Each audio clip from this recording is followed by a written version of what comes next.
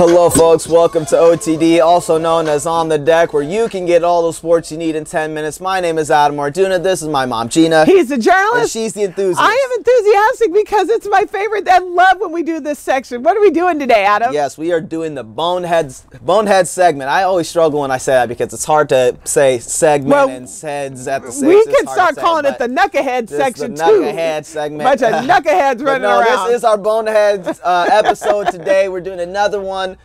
This is going to be a little bit of an interesting one because three of the Boneheads are actually all on the same team. One of my favorite teams at that. Yes, and so it should be kind of funny to see how that plays out.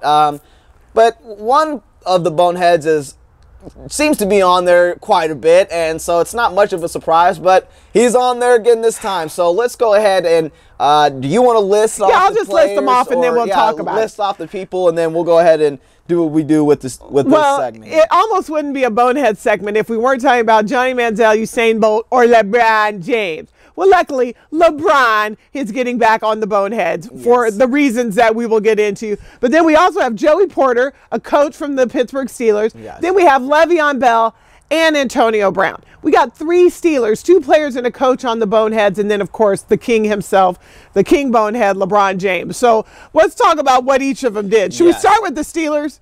Sure, yeah, let's go for it. Okay, well, I'm going to start with Coach. What are you doing?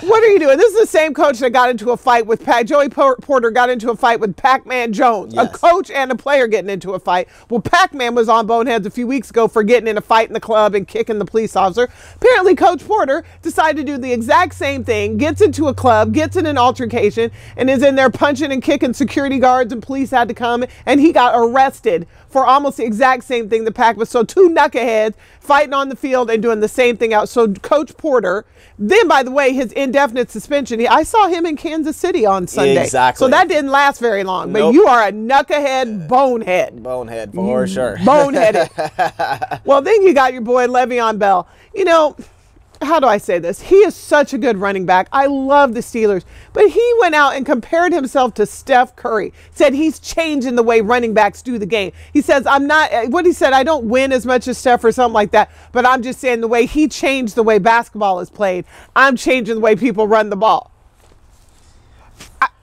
Really? That's a bold statement. No, you're not. Okay, then we're going to move on to Antonio Brown. He is such a great receiver. I thankfully didn't have to see him booty popping at Arrowhead. But what he did do is after the game, my Chiefs went down by 2 points on a BS call. But all that being said, they won. Mike Tomlin, who is the bomb, is in there giving a pump-up speech to his team after the game, talking about going to the divisional championship.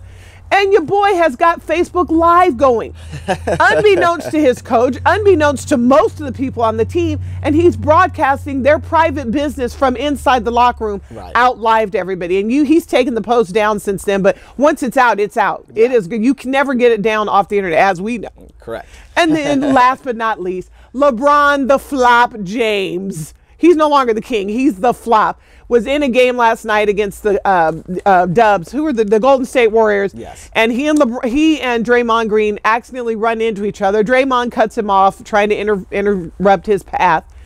I'm telling you what, LeBron acted like someone stood up to him, took a sledgehammer, and knocked his head off. He fell on the ground, flopped over like he was dead, and laid there after he rolled around in agony. First, he played dead for a few seconds. Right. Then he rolled around in agony, got up, grabbed his chin. And if you watch it, if you haven't seen it, please just Google it. I'm sure it's going to be all over the internet forever. Right. LeBron, come on, man. Yeah. You can't play the game from on the ground. It's bad. It's pretty bad. Well, wait a minute. To make it worse, he got up afterwards like, no, it didn't hurt. I'm a football player. He tried to play it off, right, like he was some Iron Man out there. I don't even have words for it. Yeah. So those are our four boneheads of the last week. Correct. Those are some pretty good boneheads. Those are boneheads. You want to talk about them?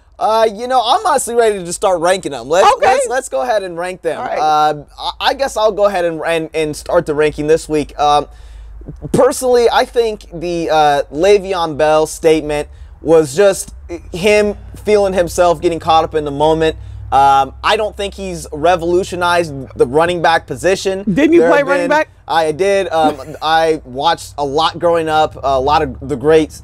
There were a lot of running backs that were just like him, that were patient to the hole, were gliders that could receive and catch the football out of the backfield in the slot position, etc. He's not the only back to be able to do a lot of things that he's doing, but he just got caught up in the moment when he was being asked a question about how he felt. And so that's the number 4 spot, going from least to worst.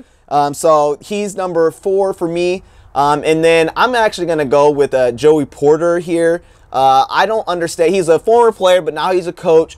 You know, it's one of those things. The coaches still have to hold the standard for everything else. If the players are held to a high standard, you have to hold yourself to a high standard too. And I just feel like, yes, you're a grown man. You should be able to go out and enjoy yourself. But at the same time, you're still a Steeler. You represent a lot more than yourself, and you got to be smarter than that. So he goes to the number 3 spot for me. Then Antonio Brown honestly gets the number 2. And some people can say, how is that? Well, the reason why he gets number 2 is because anything that's in the locker room, that's said in the locker room, should only stay in the locker room. And after an emotional win, I don't know if it was that emotional, but it was a big win. You've now advanced on to the next round, to the championship game of your division or of your conference. And, you know, your coach is saying some personal things to you. Those aren't things that need to be broadcasted live to everybody. So that was a boneheaded thing. It wasn't the worst thing he's ever done, but it was one of those situations where it's like, come on, man, you got to be smarter than that. And the reason why LeBron gets the number 1 for me is because he is FLeBron James. FLeBron James. FLeBron James. FLeBron. Flopping on every single thing. You can't be the number 1 player in the NBA and anyone brushes past you, you fall down. Like you said, it looked like someone took a sledgehammer to him. He was on the ground. I don't know if you guys have seen Family Guy, but they always fall down with these awkward positions. Arm behind his back. And that's what he was doing. And so it was just one of those situations where it just wasn't right. It's not a good look. We were watching one of the sports shows earlier, and somebody was talking about how his own teammate accidentally bumped him in last year's game, and he fell back like somebody took his head off again. So LeBron gets the number 1 for me. And as long as he continues to flop, you're always going to be LeBron James. And so that's where that is for me. So well, there you go. I will give you. I don't disagree with anything in your order. I could basically say ditto. I think I would flip flop Coach Porter and Antonio Brown. Okay. I do not like someone being filmed. So for 4th to me is Le'Veon Bell. I just think you got ahead of yourself. You need to slow your roll, brother. But you know, someone filming in the locker room when they shouldn't be. I just don't like the idea of it. You know, we're putting ourselves out there, but trust me, you don't want to follow me around if I don't know the camera's there. I think that was bad, but to me, having the coach, because he has already been in an altercation on the field, you are a coach. You can't be out here fighting and kicking and fighting with security and police, getting arrested in the season. What are you doing? Bonehead. And of course, number 1, LeBron James. I mean, my goodness, every time I try to give the man credit, he just comes right back at it. Please watch professional soccer all around the world. These people are paid for their flopping ability. LeBron James could slide right on in with any international team, how well he flops. It was an embarrassment. If he watches himself on film today, he should be embarrassed about it. It is unworthy of someone who is supposed to be a champion. It's embarrassing. Well, and then the statement that he came out afterwards, well, I'm a football player. No, you're not. That just negates everything that you just tried. I mean, no, because football players don't flop like that. I know 7th grade football players who would never take a flop like that after a major hit. Right. That's an embarrassment. Bonehead! Well, we just want to say that's our Bonehead segment for this week. We want to say please continue to follow us on all of our social media, on Twitter, Facebook, and YouTube. She is JRepass_OTD. Our Twitter page is OTD__ on the deck. Just type in my name, Adam Orduna, and YouTube, and just type in OTD and Facebook. And we just want to say we thank you, and we enjoy our Boneheads. We love the Boneheads. They're always fun to do, and so we just want to say we appreciate your time, and thanks for watching, folks.